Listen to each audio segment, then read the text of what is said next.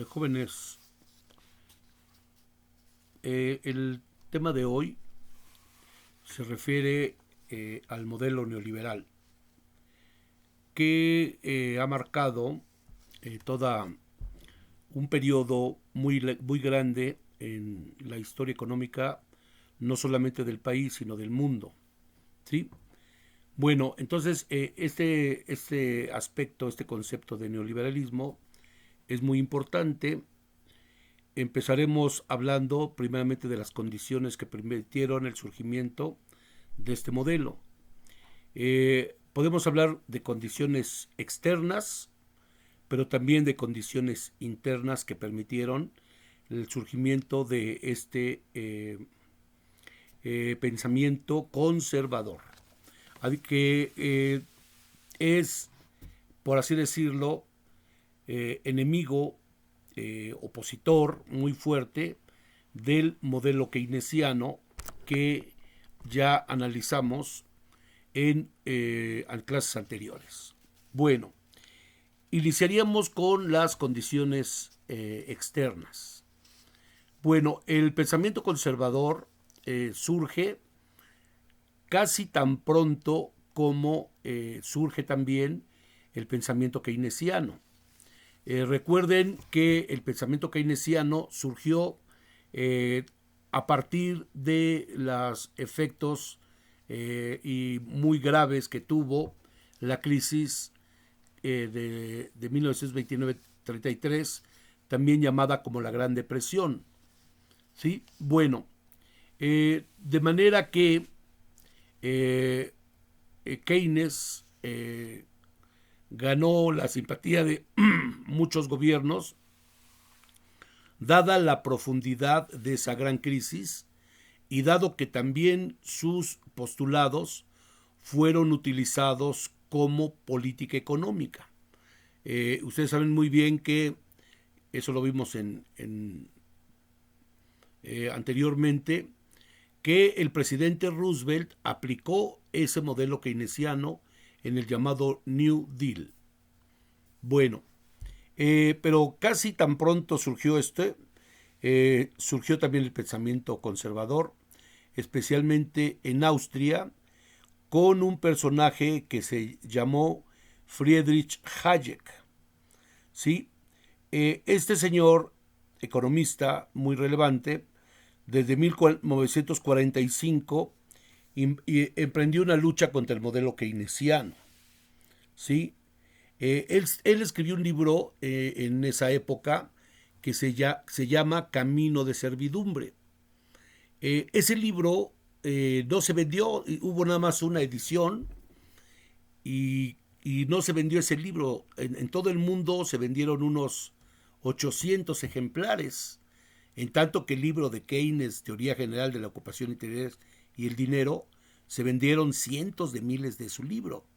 Y su principal opositor, Friedrich Hayek, publicó un libro contra él, pero pasó desapercibido durante muchas décadas. Se llamó Camino de Servidumbre. La idea fundamental de ese libro, Camino de Servidumbre, es de que las propuestas, los postulados de Keynes iban a conducir a una servidumbre moderna. ¿Por qué? Recuerden que la servidumbre se dio en la Edad Media, en el feudalismo. Y entonces había un gran señor que protegía a los siervos y le daban un tributo. Y ahora esta nueva servidumbre era ahora de los ciudadanos y al que le rendían tributo era al Estado.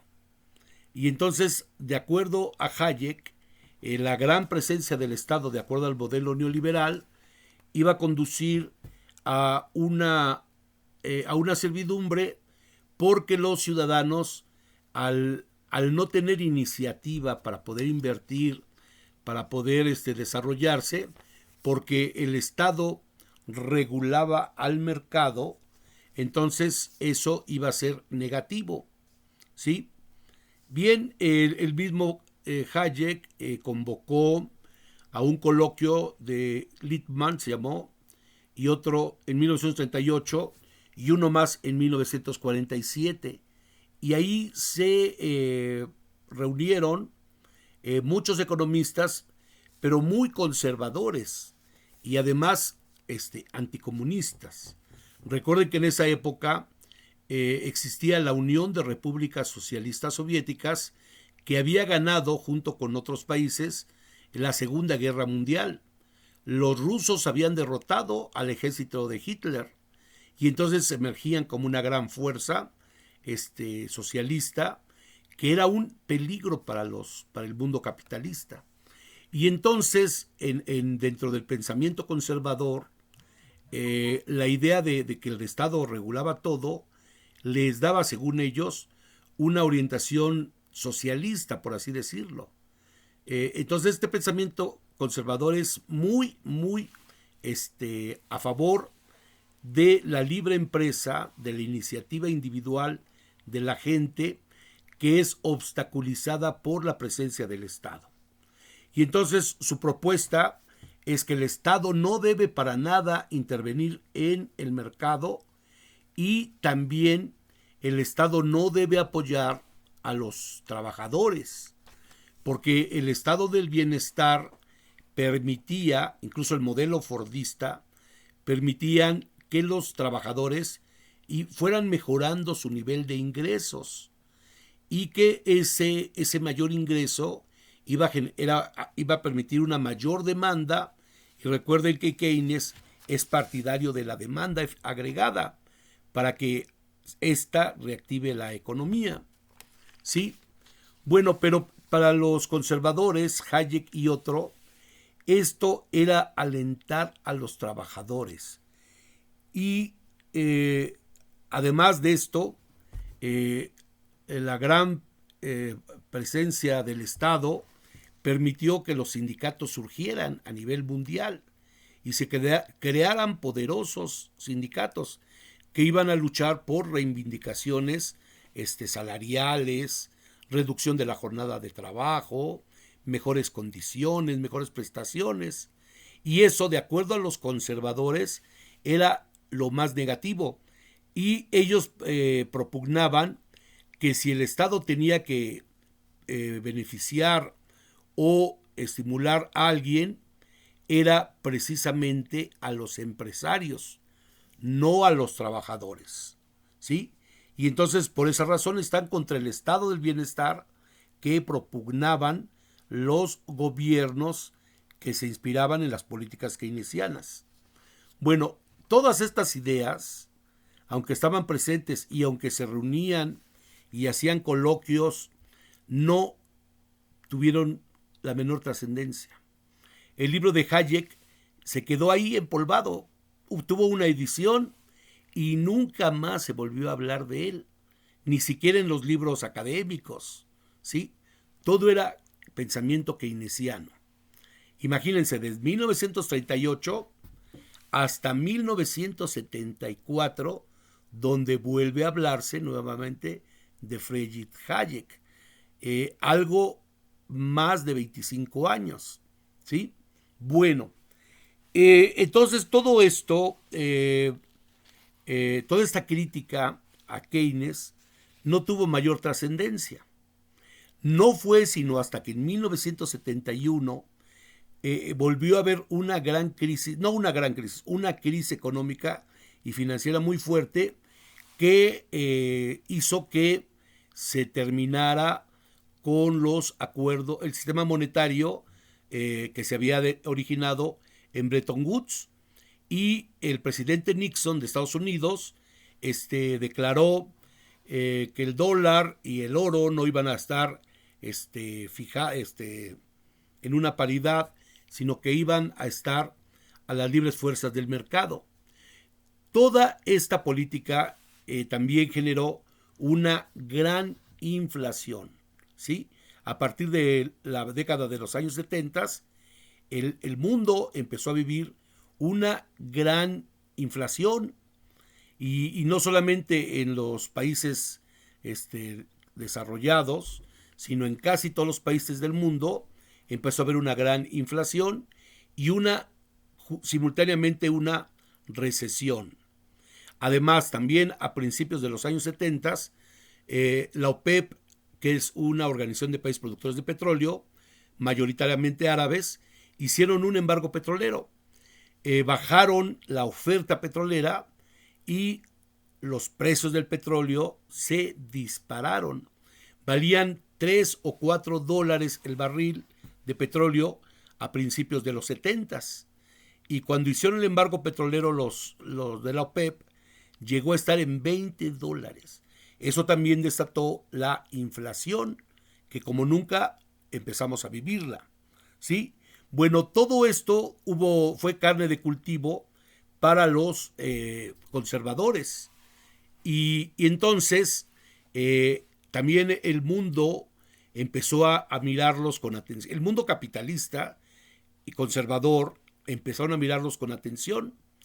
Y de tal manera que en 1974 a Friedrich Hayek le dieron el premio Nobel de Economía por un libro que había escrito 20 y tantos años antes, casi 30 años antes, el libro de Camino de Servidumbre.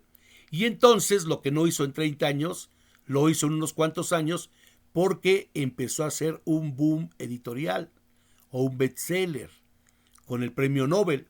Y entonces la figura de este señor empezó a tener mayor relevancia a nivel mundial. Empezó a aparecer en los grandes noticieros mundiales y criticando las políticas keynesianas y estando a favor del libre comercio, de la menor presencia del Estado, etc. Y otro intelectual llamado Milton Friedman, de la Universidad de Chicago, que era maestro de esa universidad, él también escribió un libro que se llamó Libertad de Elección, también criticando acremente a Keynes. Y lo central de Milton Friedman, porque es un monetarista, era de que el Estado, en su mayor intervención, no tenía control del dinero en circulación. Y entonces hay una fórmula que es la fórmula de la teoría cuantitativa del dinero, donde es una ecuación donde dice que la cantidad de dinero en circulación debe estar en proporción a la cantidad de mercancías que hay en circulación. Cuando esa igualdad se rompe, entonces aparece la inflación. Y por eso él propone medidas monetaristas para reducir la inflación, especialmente reducir la demanda agregada a todo lo que había propuesto Keynes, ¿sí? Porque eso provocaba inflación. Y él en su libro demostraba que precisamente la mayor participación del Estado implicaba una mayor masa monetaria, de que el gobierno imprimía más y más dinero, y eso provocaba inflación. Y entonces lo que propone Milton Friedman es comprimir el dinero en la economía para reducir la demanda de los trabajadores y combatir la inflación. Entonces ahí también Friedman estaba atacando uno de los pilares del estado de bienestar, y era la presencia de trabajadores con buenas prestaciones salariales y con grandes conquistas laborales, y la presencia de fuertes sindicatos que iban a tener una gran presencia en la sociedad.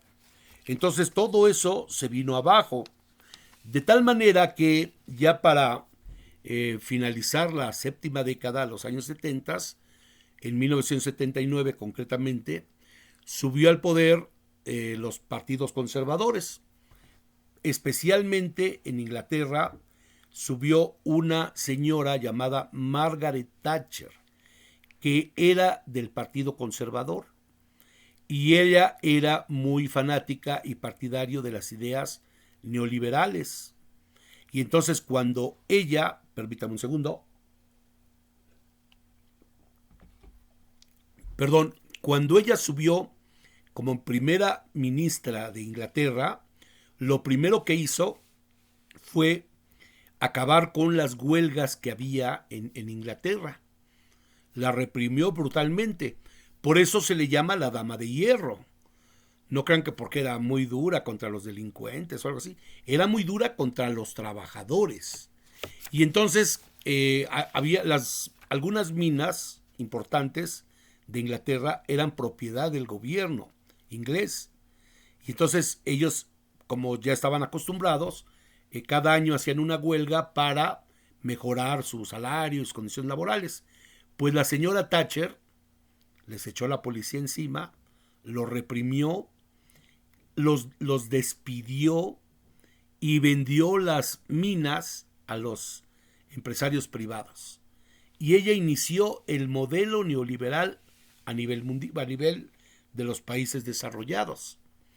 Un año más tarde, Ronald Reagan gana la presidencia de Estados Unidos con el Partido Republicano y también adopta las ideas conservadoras, porque estas ideas neoliberales o conservadoras ya habían ganado la lucha y la batalla ideológica, ¿sí? Bueno, entonces Reagan empezó a aplicar medidas de política económica que fueron muy lesivas a nuestro país. Recuerden en el texto de la tercera tarea, donde Reagan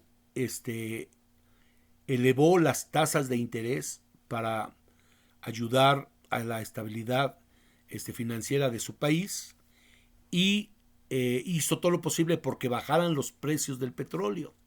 Y todo eso afectó a México y también, entre la fuga de capitales y otras, precipitó la crisis de 1982.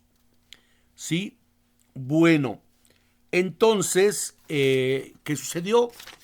Bueno, se empezó a aplicar el modelo neoliberal en Estados Unidos con medidas muy parecidas a la de Reagan y también a la de Thatcher, perdón, en Inglaterra, y también Reagan empezó a atacar muy fuerte a los sindicatos y aplicar las medidas neoliberales y empezaron a tener buenos resultados. La inflación se redujo y se aplicó a partir de ahí una política monetaria restrictiva, que esto iba a afectar a otros países de América Latina, que empezaron a aplicar el modelo neoliberal. Sin embargo, dos países de América Latina ya lo habían aplicado desde algunos años antes, y uno fue Chile, cuando le dieron el golpe de Estado, Augusto Pinochet le dio el golpe de Estado al presidente legítimo y constitucional Salvador Allende, ¿sí?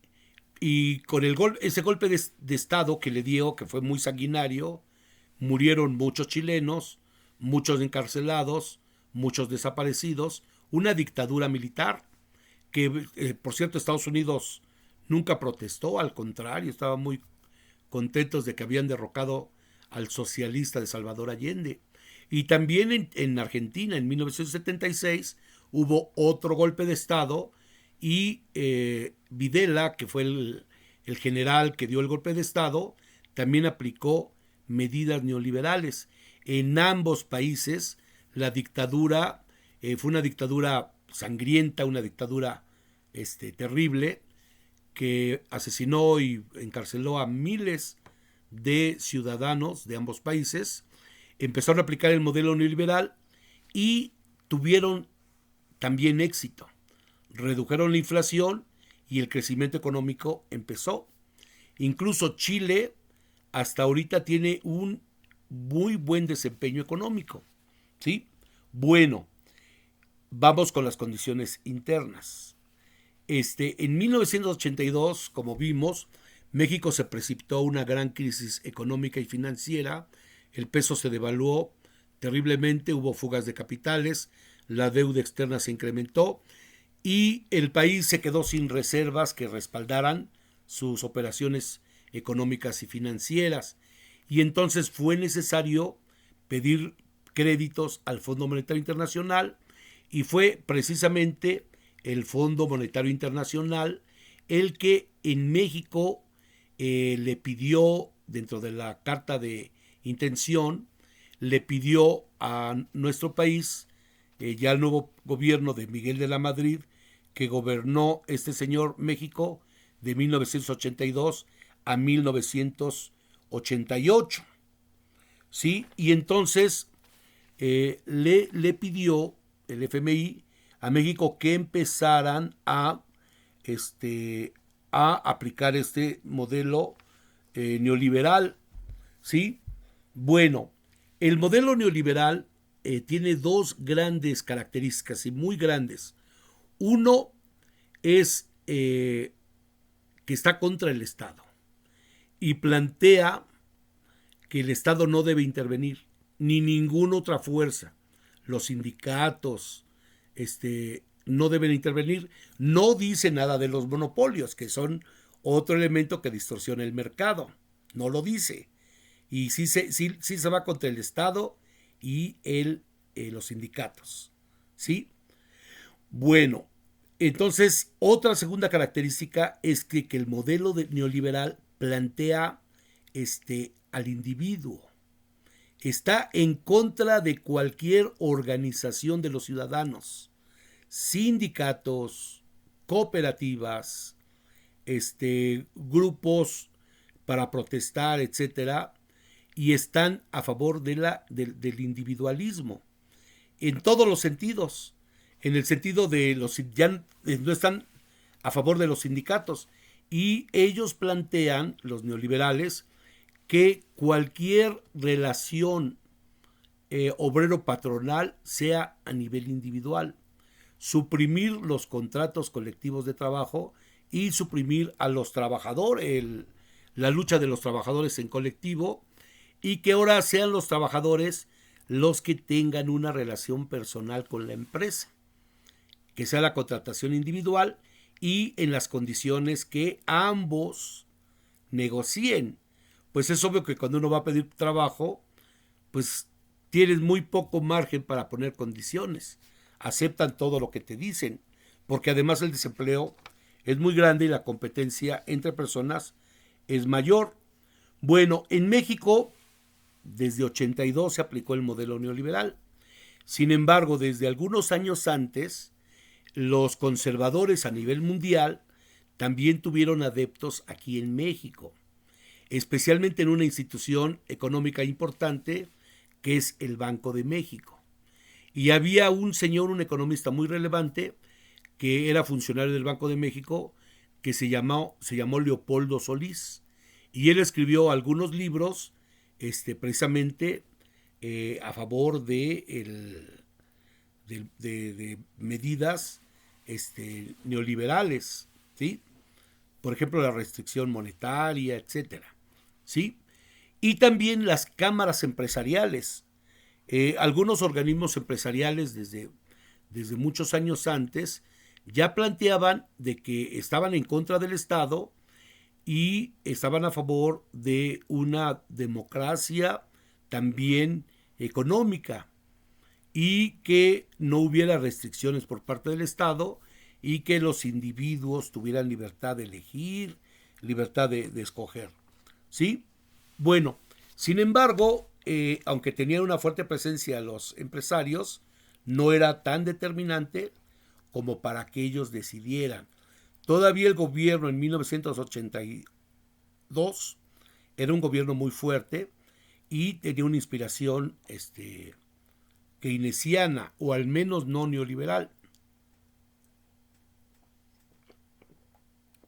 En 82 subió a la presidencia Miguel de la Madrid Hurtado y comenzó a aplicar medidas neoliberales. ¿Sí? ¿En qué sentido? Primero, para acabar con el modelo Easy, el modelo Easy tenía dos rasgos importantes. Era el proteccionismo a favor de los empresarios, tanto a nivel fiscal como a nivel comercial. Como vimos anteriormente, los empresarios tenían mucha preferencia por parte del Estado, y el proteccionismo le daba amplias facilidades a la industria nacional. Y segundo, y consecuente de esto, era que el Estado debía irse retirando paulatinamente, ¿sí? Y a esa idea de que el Estado salga se le llama desregulación. Desregulación. Y empezó a surgir esta idea de un Estado diferente a nivel económico, un Estado más pequeño, un Estado que solamente estuviera para algunos aspectos, pero que ya no regulara, que ya el Estado se alejara de regular el mercado, ¿sí? Y entonces, incluso desde que subió Miguel de la Madrid, lo que sucedió fue que empezó a haber profundos cambios en la legislación mexicana, en la Constitución y en las leyes para que el gobierno dejara de regular la economía y la economía se fuera desregularizando, ¿sí? Entonces la desregulación se entiende por la pérdida del control del Estado de acciones importantes dentro del mercado y de la sociedad para permitir que los particulares, los individuos, obviamente los individuos de mucho poder económico, fueran ahora los que decidieran las grandes decisiones y el gobierno tenía que hacerse a un lado. Una idea de esta desregulación fue precisamente que se le dio autonomía al Banco de México, ¿sí? Se le empezó a dar autonomía al Banco de México y otro tipo de medidas para terminar con la presencia del Estado, cada vez mayor.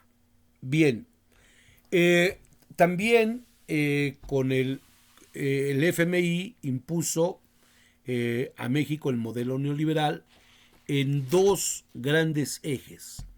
Primero, en una política de estabilización. Recuerden, macroeconómica. Recuerden que el 82 fue un año catastrófico, un año terrible, y había que estabilizar la economía nacional que estaba totalmente fuera de control. Y entonces había que tomar medidas para que la economía empezara a recuperarse. Hasta ahí, en anteriores crisis, es lo que se había hecho. ¿Qué se hacía? Bueno, se trataba de corregir la inflación aplicando un control monetario. Hasta ahí era normal. Se trataba de mejorar las finanzas públicas recortando el gasto público y aumentando los impuestos. Y se trataba de controlar el tipo de cambio, de que ya no se siguiera devaluando, a través de fijar un precio alto del peso, y esto iba a irse regulando por sí mismo, y esto también permitía una devaluación, permitía corregir la balanza de pagos. ¿Por qué? Porque ahora con un peso devaluado y un dólar con mayor valor, el país, los mexicanos, iban a comprar menos de fuera, iban a reducirse las importaciones y en precios relativos los precios de los productos mexicanos eran más baratos y más competitivos y aumentaban las exportaciones, ¿sí? Entonces esas eran las políticas de estabilización. Y cuando sube Miguel de la Madrid, lo primero que hace es llevar a cabo políticas de estabilización, y la primera fue el programa inmediato de reordenación económica propuesto por Miguel de la Madrid, donde se planeaba que el país se estabilizara de la crisis y empezara a crecer. Sin embargo, el sexenio de Miguel de la Madrid es el sexenio más desastroso que haya habido en México. a nivel de macroeconómico. ¿Por qué? Porque el tipo de cambio se disparó. Lo recibió Miguel de la Madrid en 100 pesos por dólar aproximadamente y lo entregó en casi 3,000 pesos por dólar. Se devaluó en un 3,000% el peso mexicano. Y la inflación en el sexenio de Miguel de la Madrid se disparó hasta llegar a la hiperinflación. Y tuvimos un año, 1987, con una inflación del 180%. Terrible año, y no logró controlar la inflación y tampoco creció la economía. Aunque la balanza de pagos se mantuvo estable, lo que no logró fue también el déficit presupuestal, porque ante esta situación la deuda externa se volvió un gravísimo problema para el país. Y entonces era tan grande la deuda y los compromisos para pagar intereses y servicio de la misma, que en el gobierno de Miguel de la Madrid hubo que pedir préstamos para pagar intereses de la deuda. La deuda externa se estaba incrementando por sí misma, y durante toda la década de los 80 en México y en el mundo una gran preocupación fue lograr que se renegociara la deuda.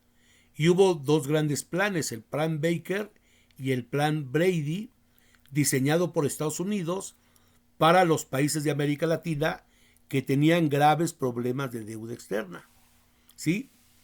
Que además eran muy duros para los países. Bueno, y sin embargo, no logró controlar ni la inflación ni estabilizar la economía. Y al final fue necesario llegar a lo que se llamó pactos de solidaridad económica para controlar la inflación. Y eso ya le correspondió al gobierno de Carlos Salinas de Gortari, que gobernó al país de 88 a 94. Por cierto, Carlos Salinas de Gortari subió al poder en medio de unas elecciones presidenciales cuestionadísimas, ¿sí? Ese día de la elección, el Instituto Federal Electoral no dio datos de cómo iba la elección. Creó una gran incertidumbre y hasta 3 días después ya declaró presidente a Carlos Salinas de Gortari sin datos de cada casilla. Dieron datos en global, ¿sí? Y dijeron que se había caído el sistema de cómputo en ese entonces.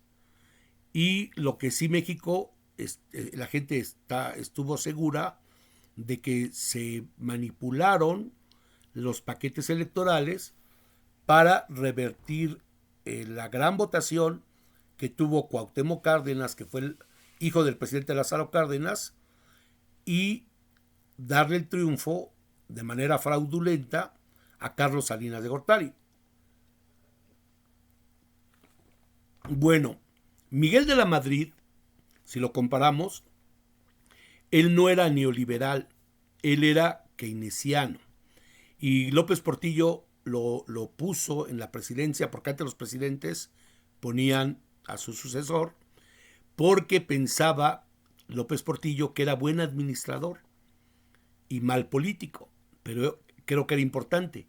Pero él no manejaba todas estas cuestiones de la política neoliberal, y se la imponía precisamente a alguien que fue su secretario de programación, Salinas de Gortari. Y él sí, Salinas, era y es partidario del modelo neoliberal. Y lo empezó a aplicar en su cuestionada presidencia de manera así igual que Thatcher.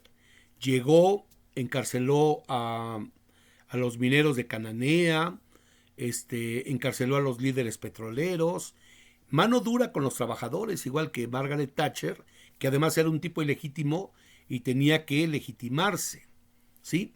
Bueno, y además de eso empezó a aplicar el modelo neoliberal y el famoso Pacto de Solidaridad Económica era un pacto por los tres sectores: obreros, trabajadores, por un lado, empresarios por otro lado, y Estado por otro lado. Entonces los líderes obreros, los líderes empresariales y el gobierno se reunieron y firmaron ese pacto, en el cual los trabajadores, aunque ustedes no lo crean, se comprometieron a no recibir aumento salarial cuando la inflación estaba al 80%, jóvenes. Y sí, y según los empresarios se comprometieron a no aumentar los precios, aunque sí se aumentó y se bajó la inflación, pero no tanto, ¿sí? Y el gobierno se comprometió a no aumentar la electricidad, la gasolina, etcétera, de manera que en pocos años lograron reducir la inflación, pero a costa de un deterioro terrible del salario de los mexicanos, ¿sí? Y se logró la estabilización económica. Esa es una política de estabilización y tuvieron relativa éxito. Sin embargo, hay otra, el FMI también planteaba unas políticas de ajuste estructural. Y ellos planteaban, el FMI, que debía de haber cambios estructurales, que México tenía que cambiar su estructura. Entonces, hagan ustedes de cuenta que un país tiene también así como una casa, como una construcción, tiene una estructura donde hay elementos que se van conformando. Y entonces, cuando hay un cambio estructural es porque uno de esos elementos cambia, se modifica, ¿sí? Cambia la estructura económica. Antes, durante la época de la CEPAL, Raúl Prebisch y los de la CEPAL habían planteado cambiar la estructura productiva de los países, de manera que se lograra la industrialización y hacer que los países produjeran más cosas industrialmente. Ellos planteaban un cambio estructural del lado de la oferta, ¿sí? Del lado de la producción. Pero ahora el FMI, para ese entonces, obviamente el FMI no le gustó mucho esa idea de cambio estructural de la CEPAL. Pero ahora en estas circunstancias, el FMI sí planteaba un cambio estructural, pero del lado de la demanda, en el sentido que había que cambiar la composición, ¿sí? Y fundamentalmente fueron dos grandes acciones de cambio estructural. Uno, la apertura comercial y financiera. Recuerden que durante la época del proteccionismo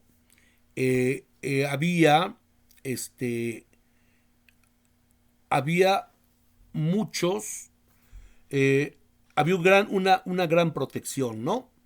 ¿Y cómo protegían los gobiernos a su industria? Con un mercado cerrado, ¿sí? Para que la demanda extranjera, la competencia extranjera, no lo molestaba.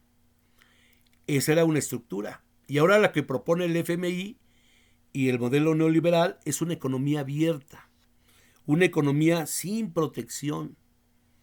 Otro aspecto es una economía sin participación del Estado. Y aquí lo que propone el FMI es de que en lugar del Estado hubiera ahora el sector privado, ¿sí? En lugar de Estado, los empresarios fueran los que tomaran ahora el poder de decisión. Y por eso el FMI, uno de sus primeros ajustes estructurales era precisamente abrir la economía y que el Estado se hiciera a un lado, y en lugar de que el Estado pusiera en las aduanas prohibiciones a productos, que el Estado ahora permitiera que todos los productos entraran al país mediante un pequeño impuesto, un arancel. Y entonces, ¿qué pasó? Los productos extranjeros invadieron el mercado nacional antes exclusivo para la industria nacional. ¿Sí? Bueno, un segundo elemento dentro de esta apertura, de que al igual que las mercancías entraran, también los capitales podían entrar y salir del país sin ninguna restricción y sin ningún impuesto. Porque en algunos países se le ponen impuestos cada vez que entra un capital. Dice, bueno, ya entró el capital, bueno, págame 5% de impuestos. Y entonces ya les va a ser más difícil salir porque saben que para volver a entrar tienen que pagar un impuesto. O también impuesto al salir. Y eso hace que los capitales se mantengan en el país. ¿Sí? Entonces, al no haber ninguna restricción, los capitales entran y salen. Y las fugas de capitales igual entran y salen. ¿Sí? Entonces, esa fue la primera medida de ajuste estructural que hizo el FMI. La apertura comercial. Y de manera que también nuestro país empezó a firmar tratados de libre comercio con muchos otros países, con Japón, con la Comunidad Europea, con Sudamérica, entre países, con Chile y México, etcétera. Sí, pero el más importante, sin duda alguna, fue el Telecán, que empezó a discutirse en 1990 y se firmó en 1993 para que empezara a aplicarse a partir del 1 de enero de 1994. Bien, y un segundo ajuste estructural fueron las privatizaciones. Entonces, se planteó de que el gobierno tenía un déficit presupuestal y que entonces había que mejorar ese déficit presupuestal y que el gobierno debía tener ingresos y los gastos fueran menor. Y dentro de esta lógica perversa era de que el Estado vendiera sus empresas estratégicas, muchas de ellas, y eso le iba a permitir recibir dinero, ¿sí? Y con eso iban a fortalecer sus finanzas públicas. Pero ¿qué sucedió? Y más en México. Se privatizó bancos, se privatizaron la siderurgia, se privatizó Teléfonos de México, aeropuertos, y otras empresas, algunas empresas productivas, como México tenía una empresa que producía vagones de ferrocarril en Ciudad Sagún, igual también se vendió, ¿sí? Entonces, ¿qué pasó en México? Pues mucha corrupción, mucho de ese dinero que ingresó se esfumó, quién sabe dónde quedó, y mucho de esas empresas quedaron entre gente muy cercana al gobierno de Salinas de Gortari, ¿sí? Y nuestro país pasó de tener 1,155 entidades paraestatales en 1982 a tener solamente 233 en 1992, 10 años más tarde. Se había desmantelado la industria paraestatal. Y esas privatizaciones siguieron durante el sexenio de Zedillo y hasta el sexenio de Peña. Recuerden que con Peña se privatizó el petróleo, la reforma energética y empezaron a privatizarse también la Comisión Federal de Electricidad. ¿Sí? Bueno, entonces todos esto marcaron lo que son las bases del modelo neoliberal que empezó a aplicarse en México a partir de 1982. ¿Sí? Bueno, la tarea es que hagan una reseña de esta charla y un resumen del libro, bueno, del texto que les voy a enviar, que habla precisamente de estos temas. Pero ya no vamos a poner el número mínimo de hojas, porque bueno, estuve revisando las tareas y en algunas de ellas nada más llenaban 4 hojas y pensaban que ya estaba el criterio. Aunque se quedaran todavía la mitad del texto sin hacer resumen, simplemente hacían 4 hojas, pero eso no era un resumen, porque además en la instrucción puse mínimo 4 hojas, pero de todos los temas que se abordan en el texto. Y por eso no, aunque tenían las 4 hojas, no sacaron 10, algunos sacaron hasta 5. Bueno, muy bien, jóvenes. Entonces yo envío a la plataforma la tarea y los criterios de estos. Obviamente van a tener una semana para que ustedes suban su tarea. Y ya en la semana de vacaciones, de vacaciones, estamos regresando a ellas, en la semana de evaluaciones, quise decir evaluaciones y me salió vacaciones. En esa semana entregarían ustedes su tarea, se las califico y daríamos promedios. Hasta luego, jóvenes, sería todo lo que señalaríamos en esta pequeña charla.